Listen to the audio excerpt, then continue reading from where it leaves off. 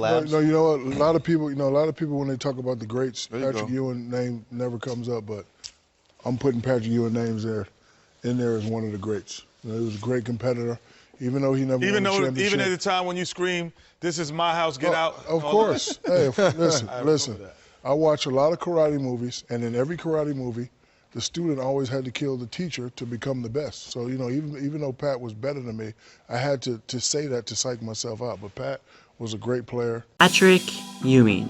He was dominant, fierce, resilient. Patrick Ewing was a force unlike any other in basketball during the late 80s and 90s.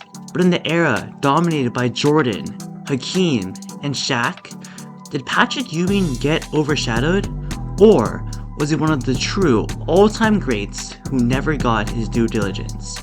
Let's find out how good was Patrick Ewing actually. Before we start, make sure to like the video, subscribe to the channel, as it further motivates you to make more videos like this. Patrick Ewing was born on August 5th, 1962 in Jamaica. As a child, he was way more focused on cricket and soccer than basketball. But everything changed when his family immigrated to the US in 1975. Ewing was just 12 years old, and he had never even heard of basketball before. Settling in Cambridge, Massachusetts, Ewing quickly grew to nearly 7 feet tall, and his size caught the attention of coaches. But it wasn't just height. Ewing trained tirelessly, even wearing weighted vests and ankle weights upstairs to build explosiveness. At Cambridge School, he led his team to 3 state titles and was the most highly recruited high school players in the nation. Ewing eventually chose Georgetown University and teamed up with legendary coach John Thompson. From the moment he stepped on campus, Ewing was a game changer. He led Georgetown to 3 Final Fours in 4 seasons there. In 1982, he iconically went against Michael Jordan in the NCAA championship game, a game North Carolina won with MJ's iconic jumper. But 2 years later, in 1984, Ewing got his redemption, leading his team to the national title and winning NCAA Tournament Most Outstanding Player. Known for his shot blocking, rebounding, and defensive leadership, Ewing redefined what a center should do in college.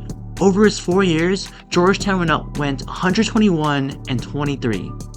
He left as one of the most decorated college players in NBA history.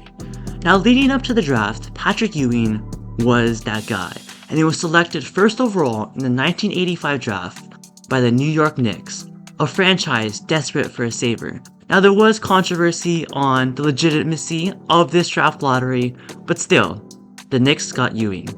Despite injuries in his rookie season, he averaged 20 points, 9 rebounds, and 2 blocks, earning Rookie of the Year honors. By the end of the 80s, Ewing had blossomed to one of the league's most complete big men. In 1989-90, he averaged 28.6 points, 10.9 rebounds, and an astounding 4 blocks per game, establishing himself as a two-way dominant force. The Knicks were finally competitive again, and Ewing was a cornerstone of their franchise. In 1992, Ewing probably had his most complete season, 24 points, 11 rebounds, and 3 blocks per game. That summer, he joined the legendary Dream Team in Barcelona and won gold with maybe the greatest basketball squad ever assembled. But the 1993-94 season was Ewing's pinnacle. He led the Knicks to a 57-win record and an Eastern Conference title. He carried them through a brutal playoff run, including a Game 7 win against Reggie Miller's Pacers, where he sealed the game with a thunderous putback dunk.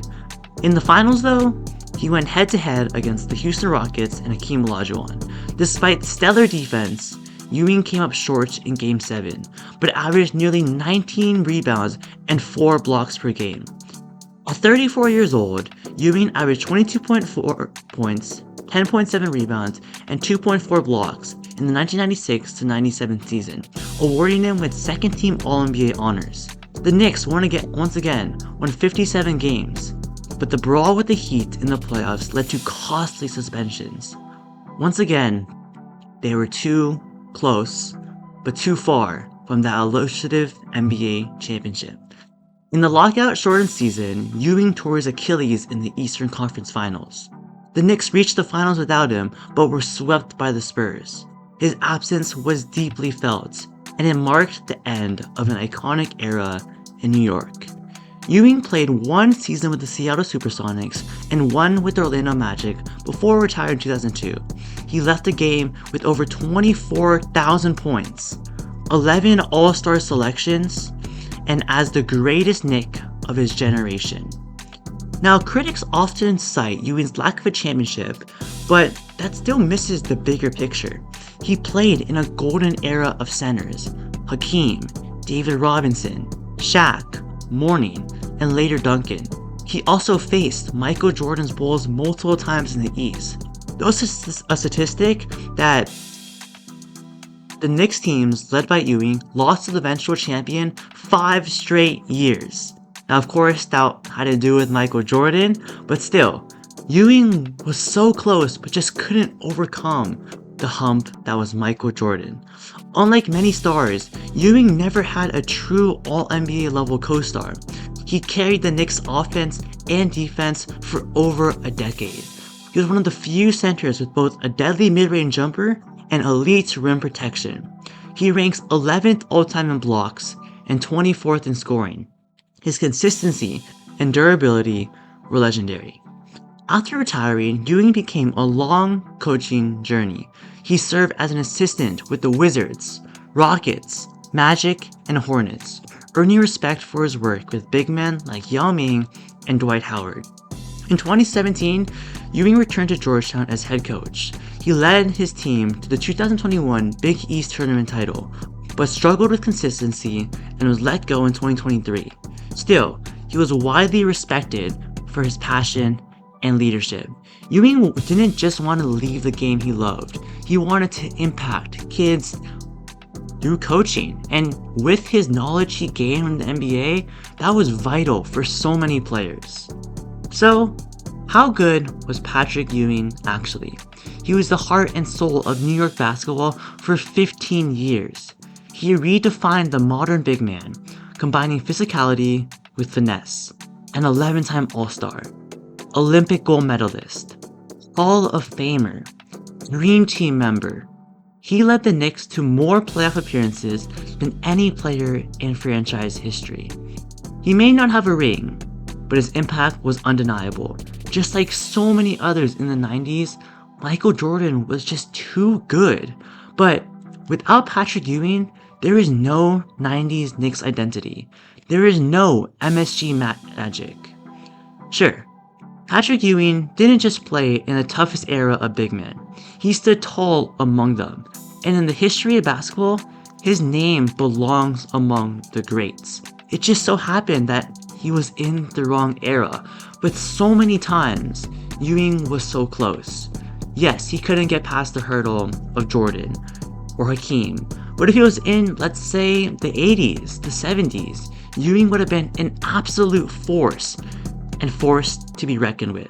So that being said, comment down below, what is your favorite Patrick Ewing moments, and where do you think Patrick Ewing ranks all time among the greatest centers in NBA history? That being said, like the video, subscribe to the channel, and I'll see you on next time.